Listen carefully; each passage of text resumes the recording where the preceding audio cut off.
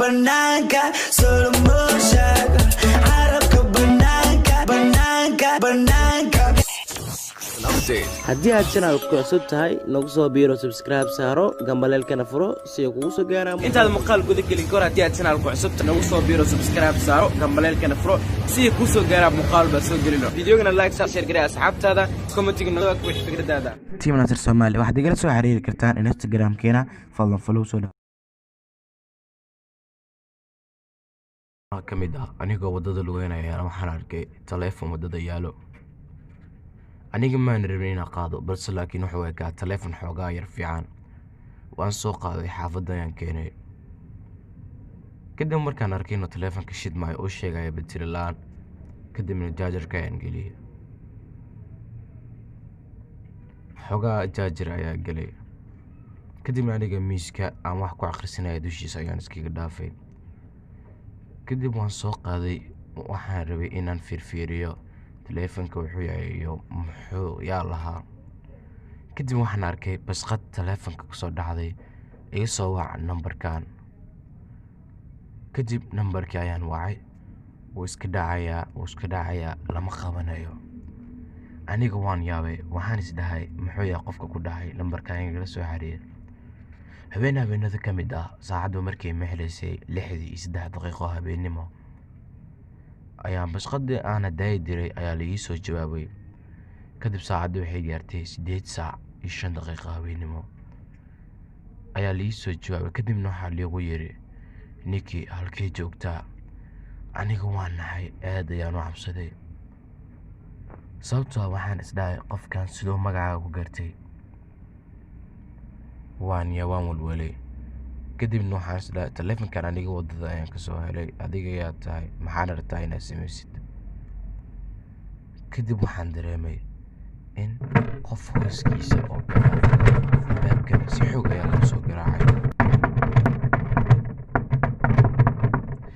kadib ninkii albaabka ayaan soo aaday si aan u fiiriyo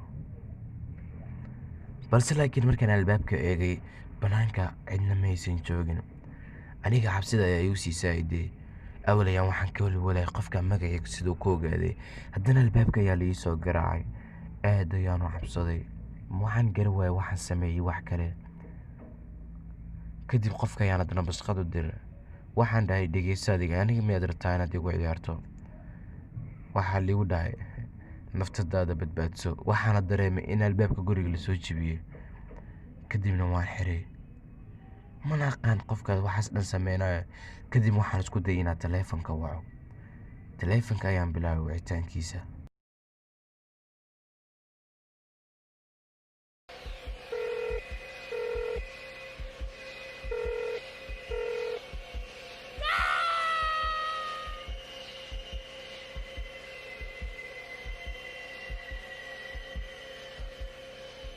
waxaan galay shil kadibna waxaan soo kacay anigoo saaran sariirta emergency isbitaalka markaas ayaa miir ugu dambeysay balse laakiin waxaan maqlay hadallada tatoorada ay ku hadlayaan iyo waxay ku wada sheekaysanayeen iyo gargaarka degdega la ii sameynayo kadib bartaas ayaa miir ugu dambeysay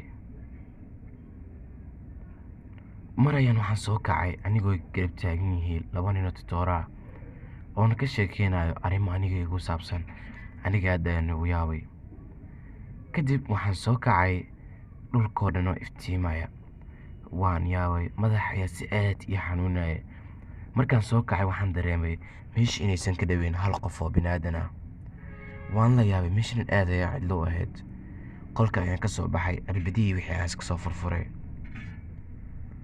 waxaan raadinayay meeshii albaabka bannaanka laga aadayay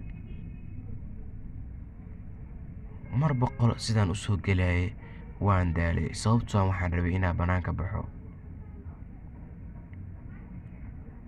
waxaan jirtay shanqar aan ka maqlay qolka isbitaalka mid ka tirsan balse waxaan garaway qolku yahay ee qolka ka imaanaysa shanqarta waan soo baxay waxaan soo qaaday wadada highwayga isbitaalka dhexdiisa ku taalo si aan banaanku aado kadib anigana xanuuno badan ayaan dareemayay saasay tahayna waan soo socday waxaan soo agmarayay qolal badan oo bukaano lagu xareeyo kadibna waxaan arkay qol markaan usoo dhawaaday albaabkiisa lasoo xiray. waan ka shakiyey, waxaan isdhahay qolkan muxuu yahay talo. kadib qolkii ayaan albaabkiisa soo furay. waxaan islahaa waxaa ku jiro qof tutorial waxyaaba noocaas oo kale. qolka ayaan kusoo dhex lugay sidaan u ogaado qolka wuxuu yahay. balse laakiin arrin aad ugu naxo aan ka fajaco ayaan meesha ku arkay. meesha waxaan ku arkay meyd saalan saalada. si fiican ayaan u fiiriyey, aadna ayaan ugu naxsanaa arrintaas. kadib waxaan ogaaday qofka meydka inaan ahay aniga.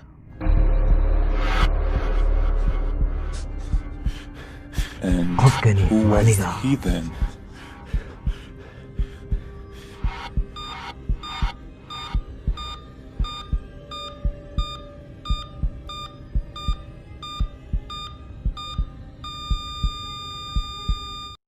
waxaa jiray dhismo aad u weyn oo ku yaala magaalada. anigana waxaan jecelaa wadista baaskiilada iyo waxyaaba noocaas. dhismoana wuxuu lahaa meel baakina aad u weyn, khaasatan dhanka baabuurta lagu baakimo. marmarka qaar firaaqa ayaa noqonaysay, waxaana jeclaynaa baaskiilada ku wadano si xatooy ah. waxaan wacay asxaabteyda saadaq, axmed, cabdulaahi iyo sharmaake. markay imaadeen asxaabteena waxaan sugaynay intuu garaashka firaaqada ka noqonayo oo laga furanayo. kadib meelo ayaan ku dhangamba jirnay. markay gabaarida meesha ka soo baxaan ayaan anagana meesha soo geli jirnay si aan u baashaalno. maalin maalmaha ka mid ah sidaan meesha ugu baashaalaynay, ugu ciyaaraynay baaskiilo wadista iyo waxyaabahaas anaga aad ayaan u xiisaynaa. kadib ayaan waxaa maqalnay gaari soo galay meesha baakinka. gaariga wuu soo galay meesha ayuu istaagay. qofka ku dhex jiro anaga si fiican maan u arki karin, balse laakiin waxaan ogeyn inuu yahay qof rag ah oo madaxa ugu jiro jaakad. haddana isla daqiiqadihii kadib waxaa dhankiisa soo istaagay gaari kale oo xoogaa asigana weyn. kadib labada nin ayaa soo hor istaagay, wayna wada hadleen. ninkii jaakada gaduudnaa watay ayaa lacag loo soo taagay. kadibna wuu xanaaqay sababtoo si qof lacagta lagu yareeyo kale oo shaqo adag soo qabtoo kale. labada nin isfahan waa ayaa ka dhacay, kadibna way isdagaaleen. ninkani funaanad jaakada buluuga watay biskoola ayuu la soo baxay. ninkii ayuu laba xaba ka kiciyey. ninkii barti ayuu ku dhacay. anigana waan cabsanaynaa sababtoo ma qayli karno. kadib rag kale ayaa gadaal u saaran ayuu u qayliyey. wuxuu dhahay kaalay waxaa naga asturaaciyo. ninkii meydkiisa waa la qaaday, dhiigii iyo wixiina meesha waa laga hagaajiyey. aniga aad ayaan u naxay, wadnaha ayaa wuxuu ii gariiray si aan caadi ahayn. saaxiibka ayaa wuxuu igu dhahay niyow meeshaan naga wad, booliskan ayaan usoo wacaynaa. kadibna intaan sii bixaynay ayaa asxaabteena mid ka mid ah la arkay. waxaan arkay ninkii tuuga anagoo sii dhudhuumaneen. wuxuu dhahay halii soo qabtay ciyaalkaas intayna baxsanin. kadib gaari ayaa naga soo daba qaateen. ana asxaabtii ayaan u qayliyey, mid walbana baahis ayuu shitay. aad ayaan usoo cararnay. anigoo cabsanaya ayaan soo cararayay. ninkan wuxuu ku hayay waa idin dilayaa dhammaantiin, haddaan idin qabto waad dhimanaysaan. gaari ayay naga soo daba ciirsadeen. anagana waxaan dadka lijantiyaal ah oo baashida loo wada aad u yaqaano. waan soo cararnay, baash ayaan kusoo cararnay. gaari waxyaabahaasna ma wadano. hal saaxiibkeena bas ayaa bahasha baaskiilka oo kale watay. anagana lugeen ayaan kusoo baxsanay. kadib mid saaxiibkeena ka mid ayuu gaariga u soo dhawaaday. asigoo gaariga ku dhici rabo oo waxyar u dhiman yahay ayuu wadada ka baxay. sababtoo asiga xataa wuxuu ahaa in aad u yaqaana baashii loo wado. kadibna waxaan kasoo baxnay albaabka ee ka baxa dadka caadiga. balse laakiin gaariga ma uusan naga daba harin. annagana siyaasad iyo maskax ayaan u isticmaalnay. waxaan soo xasuusanay markaan meesha soo gelaynay inuu jiray gaari meesha soo galay. mana naqaana gaariga meeshuu joogo saaca.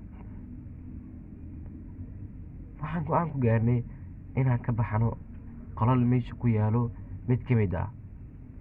dad saaxiibkii ayaan wacay oo bannaanka joogay. asigana wuxuu sii wacay booliska si aan meesha uga baxsano.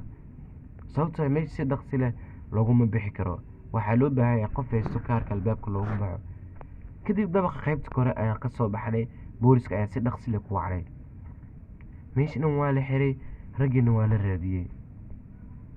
kadib waxaa la shiday kaamera CCTV meesha ku taalay ayaa la baaray.